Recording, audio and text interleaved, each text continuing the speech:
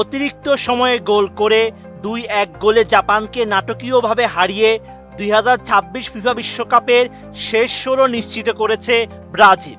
এই জয়ের ফলে বহু প্রতীক্ষিত হেক্সা মিশনে আরও এক ধাপ এগিয়ে গেল 5 বারের বিশ্ব চ্যাম্পিয়নরা। কার্লো আনচেলত্তির দলের সামনে এখন নকআউট পর্বের কঠিন পথ।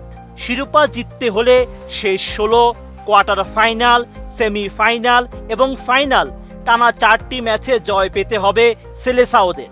ব্রাজিলের শেষ 16 ম্যাচটি হবে আগামী 6 জুলাই বাংলাদেশ সময় রাত 2টায় যুক্তরাষ্ট্রের নিউ জার্সির স্টেডিয়ামে নরওয়ের বিপক্ষে মাঠে নামবে সেলেসাওরা। এদিকে 28 বছর পর বিশ্বকাপের শেষ 16-এ জায়গা করে নিয়েছে নরওয়ে।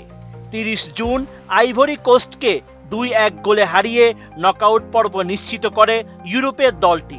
কোয়ার্টার ফাইনালে ওঠার লড়াইয়ে নরওয়ের মতো প্রতিপক্ষকে পেয়ে স্বস্তিতে থাকার কথা ব্রাজিলের।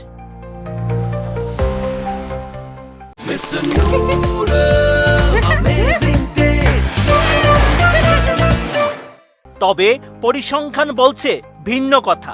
ফুটবল ইতিহাসে নরওয়ে একমাত্র দল যাদের বিপক্ষে একাধিক ম্যাচ খেলেও এখন পর্যন্ত কোনো জয় পায়নি ব্রাজিল।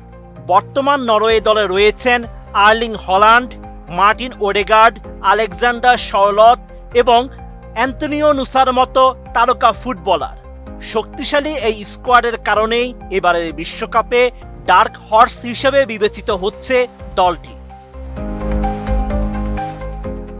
যদি শেষ 16 পেরোতে পারে নেইমারের দলটি, তাহলে 12 জুলাই বাংলাদেশ সময় রাত 1টায় কোয়ার্টার ফাইনালে খেলবে ব্রাজিল। এই পর্বে তাদের সম্ভাব্য প্রতিপক্ষ হওয়ার সম্ভাবনা রয়েছে মেক্সিকো, ইংল্যান্ড অথবা DR কঙ্গো। ব্রাজিল সেমিফাইনালে উঠলে 16 জুলাই বাংলাদেশ সময় রাত 1টায় খেলতে নামবে।